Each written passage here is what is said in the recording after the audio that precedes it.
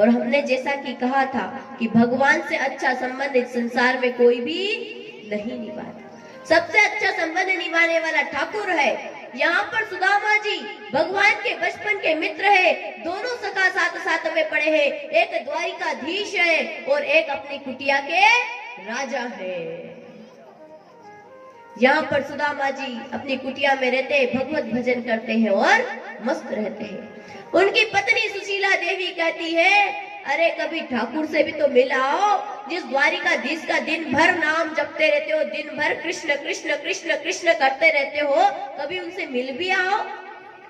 सुदामा जी कहने लगे, अरे मेरे कन्हैया से मिलने के लिए कहीं जाने की जरूरत थोड़ी है। वो तो जहां बैठो और जहां आंख बंद करो वहां उसका दर्शन हो जाता है। अब सुदामा जी की पत्नी सोचने लगी कि अगर ये जहां बैठे वहीं दर्शन कर लेंगे तो ये तो कृष्ण को यहाँ से देख सकते हैं, लेकिन कृष्ण इनको कैसे देखेंगे? कृष्ण को इनकी दशा का कैसे पता चलेगा? इससे तो काम नहीं चलेगा। तो यहाँ पर पत्नी जी बोली, बड़ी तेज है और ये आपसे बड़ी तेज होती भी है, इसलिए इनको तो पत्नी कहते हैं। आपको कभी पति नहीं करे, आपकी कभी कोई बात चलने दी है आज तक? है ना? कितनी भी बड़ी कोई बात लेके आ जाओ, इनके पास में हर बात का तोड़ है, अपनी हर बात रखना आता है। तो यहाँ पर सुशीला देवी भी कहती है, अरे भगवान आप जो है दर्शन तो कर लेते हो, आंख बंद करके गोविंद का दर्शन तो कर लेते हो, लेकिन मुझे तो पुण्य जब मिलेगा जब आप शरीर से जाओगे। मुझे जब तक पुण्य नहीं मिलेगा जब तक कि आप शरीर से दर्शन करने के लिए द्वारिका नहीं जाओगे। उन्होंने कहा, ठीक है देवी। सुदामा जी को तो कृष्ण का नाम सुनते ही लड्डू फूटने लगे थे कि अरे वाह, मेरे मित्र से मिलूंगा। तो यहाँ पर जैसे ही सुशीला देवी ने कहा, वो मित्र से मिलने के लिए चल पड़े। अब सुदामा जी जा रहे हैं, आइए हम सब मिलकर के सुदामा जी का दर्शन करें। हो जिधर तुम छुपे हो, जिधर तुम छुपे हो उधर देखना है। अब कन्हैया तुम्हें एक नजर देखना है। कन्हैया तुम्हें एक नजर देखना है। कन्हैया तुम्हें एक नजर देखना है। जिधर तुम छुपे हो, जिधर तुम छुपे हो उधर देखना देखना है। कन्हैया तुम्हें एक नजर देखना है। कन्हैया तुम्हें एक नजर देखना है। कन्हैया तुम्हें एक नजर देखना है। कन्हैया तुम्हें एक नजर देखना है।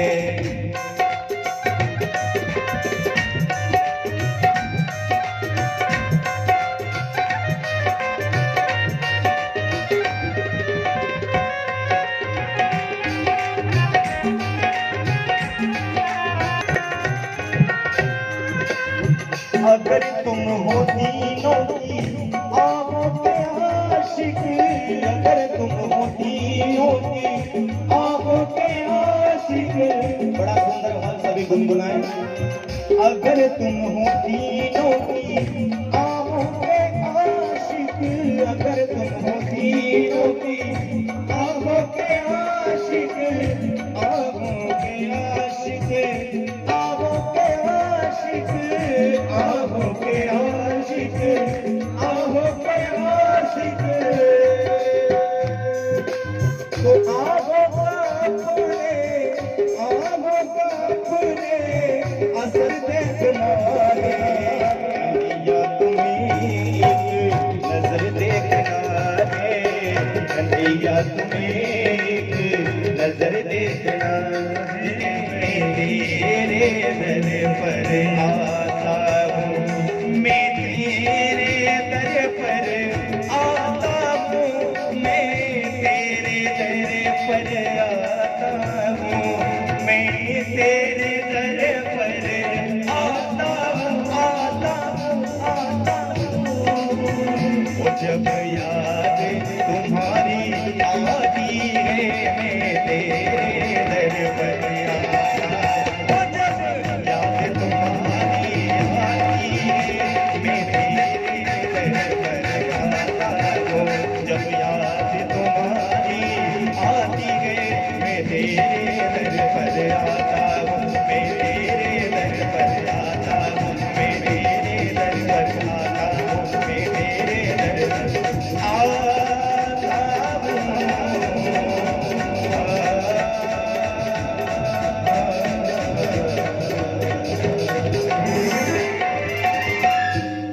बांके बिहारी लाल की जय हो।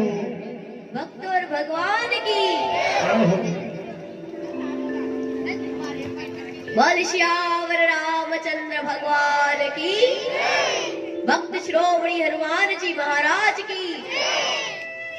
इधर से हमेशा कम आवाज आती है, इधर कंजूसी होती है, और ठाकुर के पास ज्यादा तो आप ही हो, और आप सामने बैठे बैठे कंजूसी करो।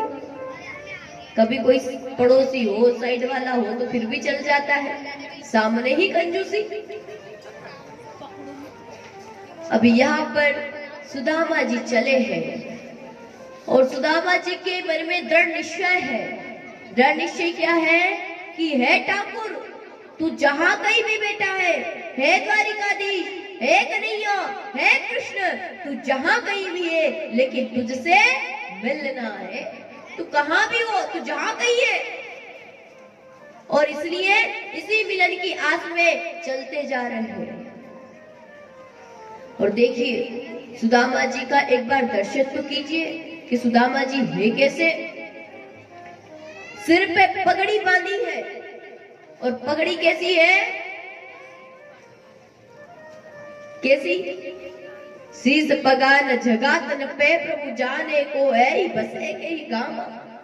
शीस पे पगड़ी है कि नहीं है, उसका कोई अंतर ही नहीं है। एक दुपट्टा डाल रखा है, और न तन पे कोई वस्त्र है, धोती है लेकिन कैसी, 20 जगह से फटी हुई।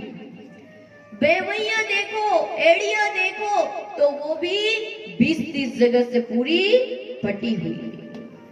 और उनके स्वरूप का दर्शन करो तो एक एक हड्डी, एक एक बच्चा गिन ले, एक छोटा बच्चा भी उनकी सारी हड्डियां गिन ले, इतने तो वो मोटे हैं। अब सुदामा जी इसी स्थिति में एक लोटा रखा जल के लिए, और एक हाथ में लाठी ली, और चल दिए। अब जब चले हैं तो ऐसा व्यक्ति जिसकी एक एक हड्डी बच्चा भी गिन सके, अब सोचो कितना चलेगा। लेकिन एक बात है, ऐसी स्थिति में भी चेहरे से ब्रह्म तेज झलक रहा है, चमक रहा है। मन में जिज्ञासा है ना, द्वारिकाधीश से मिलना है। अरे कोई हमारे घर में हमारा कोई प्यारा आता रहे, है ना, जिससे हम प्रेम करते हैं, वो आता हो, या मेहमान आता हो, या बच्चों से पूछो जब नाना नानी आते हैं कितने प्रसन्न हो जाते हैं। मामा आने वाले हो तो कितनी प्रसन्नता हो जाती है।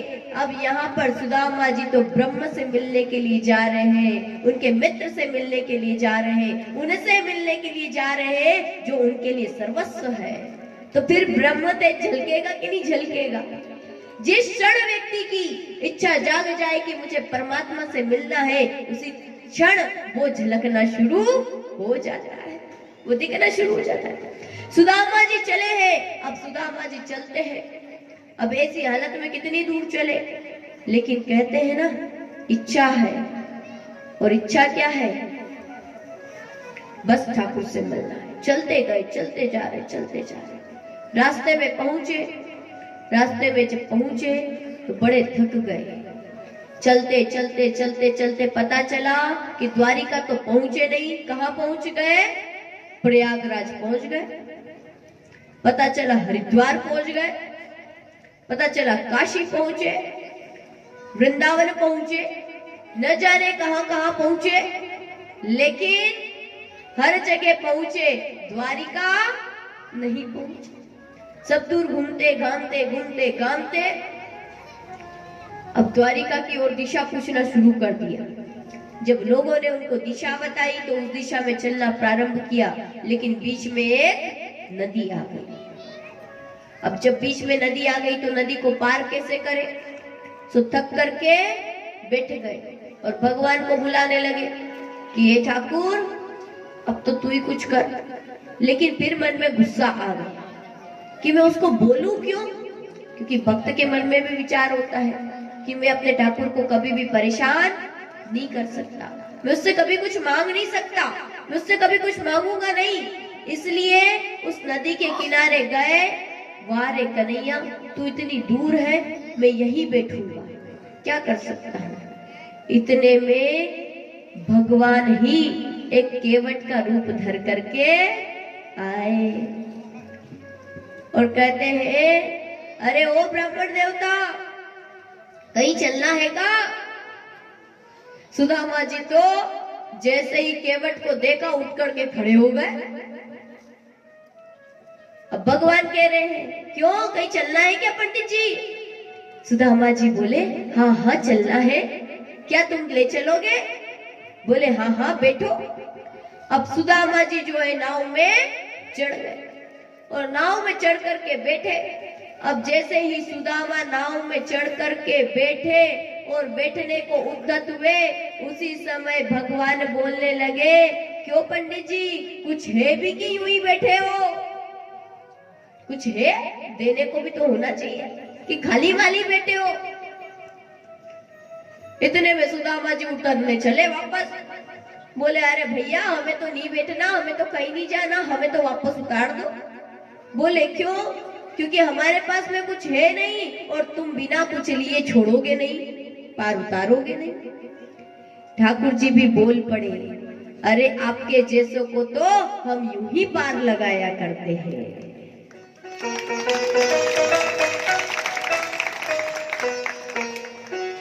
अब सुदामा जी को संकोच भी लग रहा है क्योंकि फ्री में जा रहे हैं।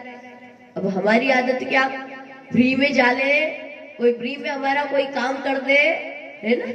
कहीं कहीं होता है, ट्रेन में जब जाते हैं, एक बार टिकट नहीं ली तो थोड़ी सी भी शर्म नहीं आती है, बल्कि बड़े खुश होकर के कहते हैं कि आज तो हमने फ्री में ही यात्रा कर ली, है ना? और बड़े अपने आप में खुश होते हैं, आज तो मैंने इतने बचा लिए।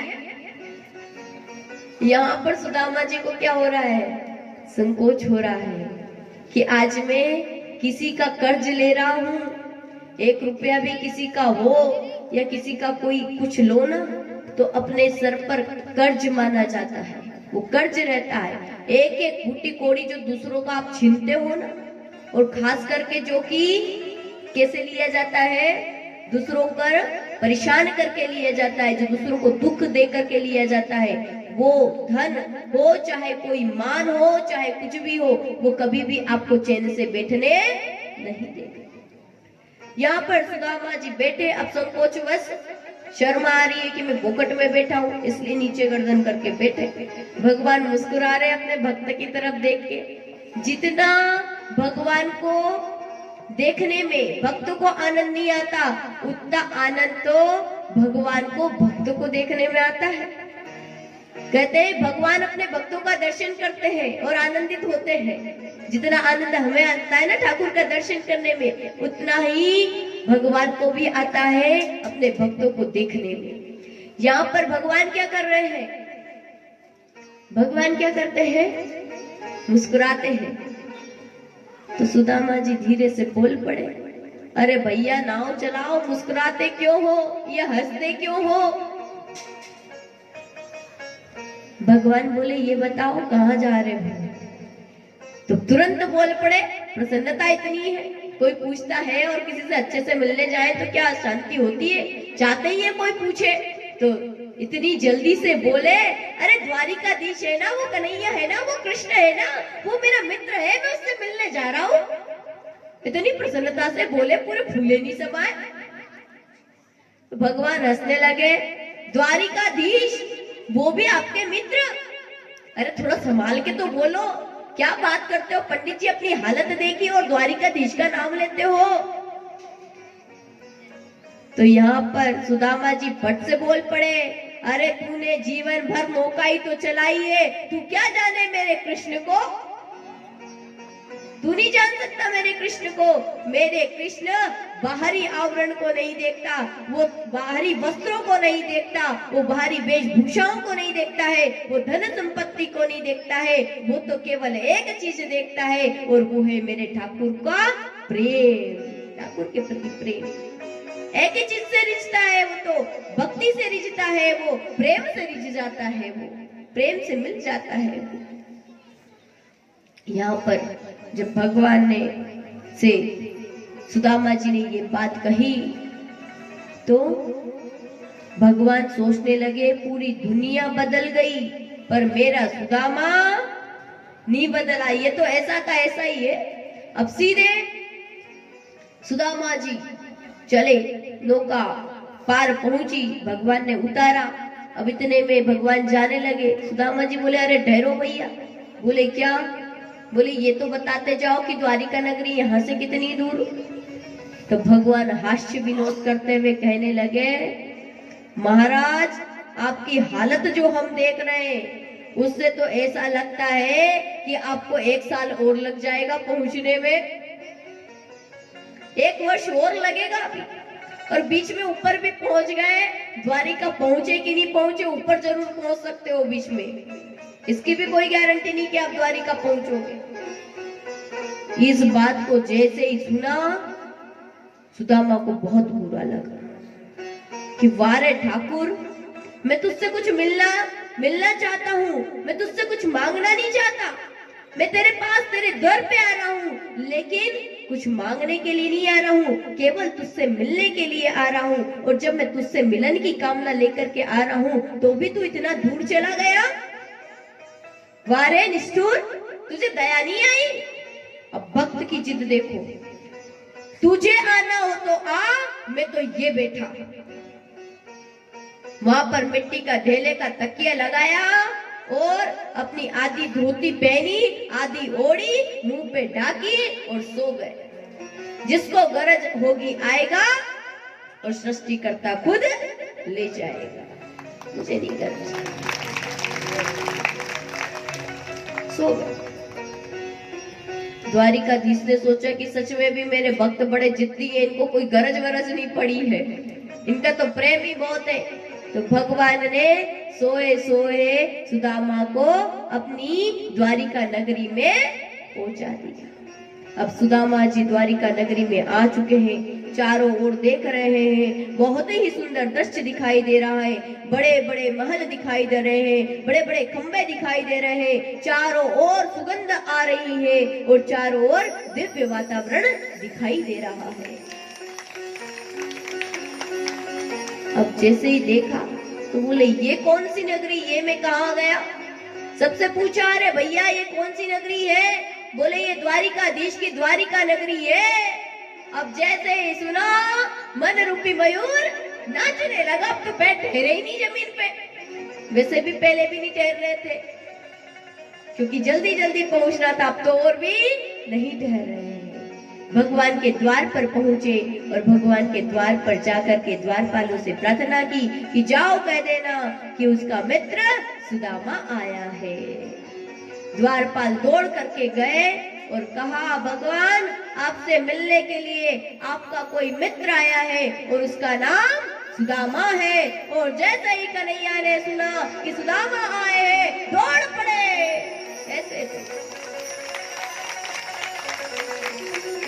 ऐसे दौड़े कि कहीं पीतांबर गिरा, कहीं कुछ और गिरा, अपने वस्त्रों का कोई ध्यान नहीं रहा, अपने अलंकारों को गिरा करके भगवान दौड़ पड़े और नंगे पैर ही दौड़े। सीधे एक सांस भगवान ने वहां ली थी जहां से दौड़े थे और दूसरी सांस वहां ली जब सुदामा से मिले हैं।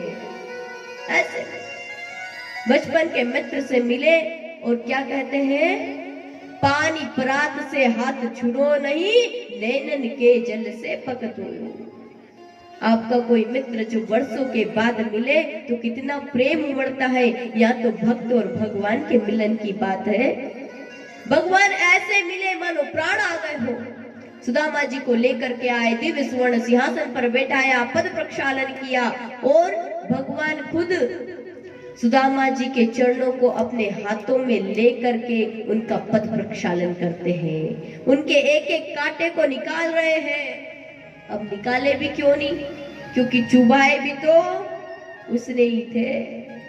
सुदामा जी बोल रहे हैं कन्हैया क्या करे, अरे कन्हैया हे कृष्ण तू क्या कर रहा है, तू ये सब मत कर, मुझे शर्म लगे। कन्हैया कहने लगे मेरी प्रसन्नता तो बस इसी में है, मुझे तो मेरे भक्तों का प्रेम करने में, मेरे भक्तों की सेवा करने में ही आनंद आता है। यहाँ पर भोजन कराया गया, भगवान की जितनी पत्नियां सब आई, सबने सुदामा जी को प्रणाम किया। सुदामा जी ने पूछा ये सब अपनी है कि पड़ोस की है, क्योंकि इतनी कैसे हो सकती है। सुदामा जी कहने लगे ये सब अपनी है। भगवान बोल पड़े ये सब अपने ही घर के लोग हैं। फिर पूछते हैं कुछ लाए हो, भाभी जी ने कुछ दिया है। अब सुदामा जी संकोचवश कैसे कह नहीं सकते, क्योंकि भगवान की जब रानियों को देखा, इतने इतने पैसे वाली, इतनी धनाढ्य है, और मैं क्या लेकर के आया ठाकुर के लिए? चावल। मेरा ठाकुर तो मैं जानता हूँ, द्वारिकाधीश को तो जानता हूँ, मेरे मित्र को जानता हूँ कि वो ऊंच नीच भेदभाव नहीं करता, लेकिन ये सब क्या सोचेगी कि लेके भी आया तो चावल। होता है ना, कोई प्रेम से कोई चीज देता है, लेकिन हम जानते हैं हमारी माताओं का स्वभाव होता है, अरे ये चिथड़ा लेके आया, यही मिला था, तो यही मिला था, ऐसे करती है। तो यहाँ पर उन्होंने सोचा कि अगर मैंने चावल इनके सामने दिया तो पता नहीं बोलेंगे कि ऐसी मित्रता है, ऐसा मित्र है। देखो यहाँ पर खुद की चिंता नहीं है उन्हें चिंता है कि ये कहेंगे कि द्वारिकाधीश का मित्र ऐसा है। बात किसकी होगी? मेरे ठाकुर के मित्र की होगी, मेरे ठाकुर के मित्र की बदनामी होगी, इसलिए मैं नहीं चाहता कि मैं इनके सामने दूं। अब यहाँ पर उन्होंने जो पोटली यहाँ पे बंद करके लाए थे कमर में, वो कहाँ दबा ली? बगल में, और बगल में दबा करके छुपा ली। अब किसी को दिखा नहीं रहे। भगवान बोलते दो ना, क्या लाए हो? दो, मेरी भाभी जी ने कुछ तो दिया है, और मेरा मित्र कभी खाली नहीं आ सकता, कुछ तो लाए हो दो। अब उनको बड़ी शर्म लगे, अरे कन्हैया तू छोड़, दूसरा काम कर। चलिए एक भजन श्रवण करते हैं। बता मेरे यार सुदामा रे,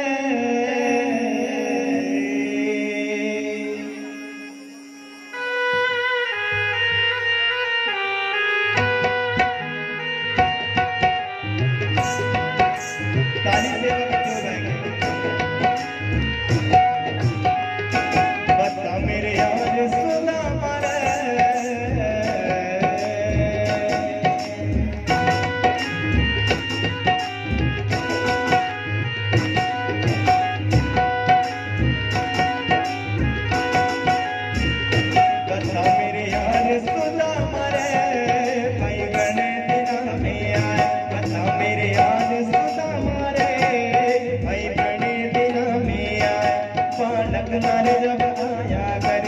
रोज के लेके जाया करता, पालक घर जब आया करता, रोज के हुई तकरार सुदामा रे, भाई बने बिना में आए, बता मेरे यार सुदामा रे, भाई बने बिना में आए।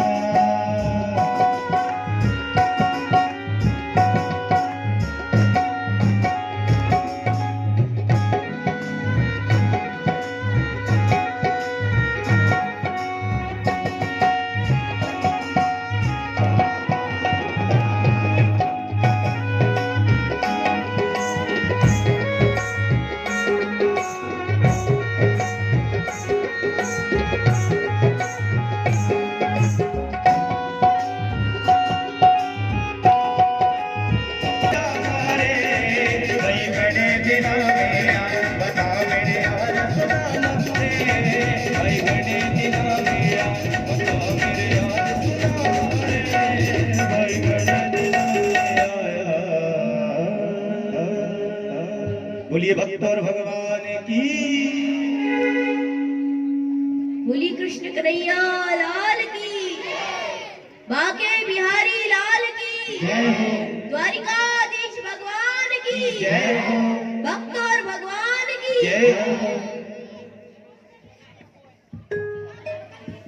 हरे कृष्णा। माताएं शांत रहे। यहाँ पर सुदामा जी आए, भगवान मिले, और जब भगवान और सुदामा जी मिले तो दोनों का अद्भुत मिलन हुआ। यहाँ पर दोनों ने, सुदामा जी ने भगवान को उनके द्वारा लाए गए कच्चे चावल खिलाए और भगवान मुट्ठी भर भर खा रहे। वो 4 मुट्ठी लेकर के आए थे, भगवान ने 2 मुट्ठी खाई और रुक्मणी जी ने रोक लिया। कहती है, मनी मन कहती है इशारे में, अरे सब ब्राह्मण पे लुटा दोगे क्या? थोड़ा तो छोड़ो, बहुत दान दे रहे हो, कितना दोगे और इसे?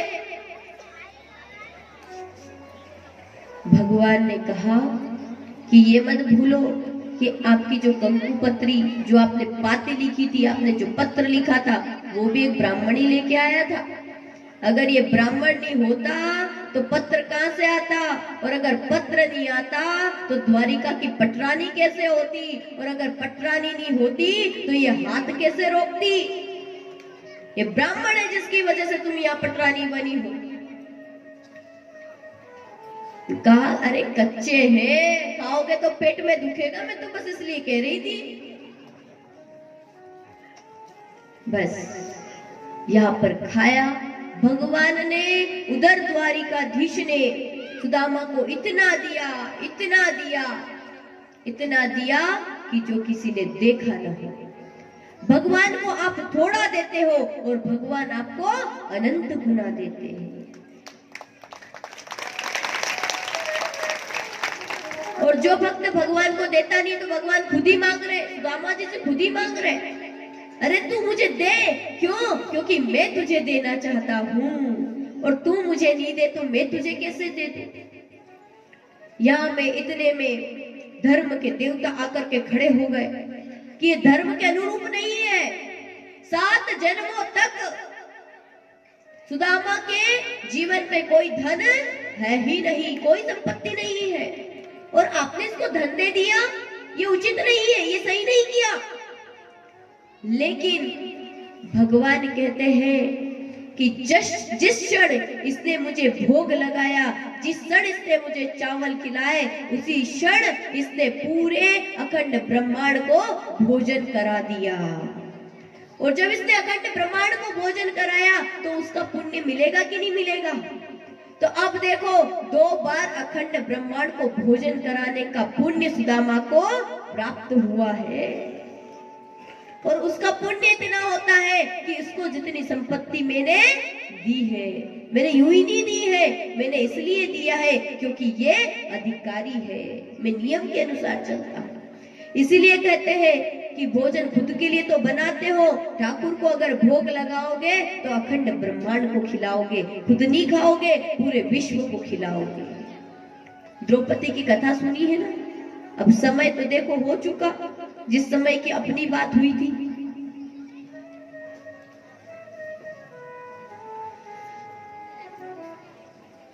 हरे कृष्णा। आप ही सब बता दें कि कथा को विश्राम करें कि 2:30 बजे तक चलने दें। ऐसे 4 लोगों के लिए चलने दें।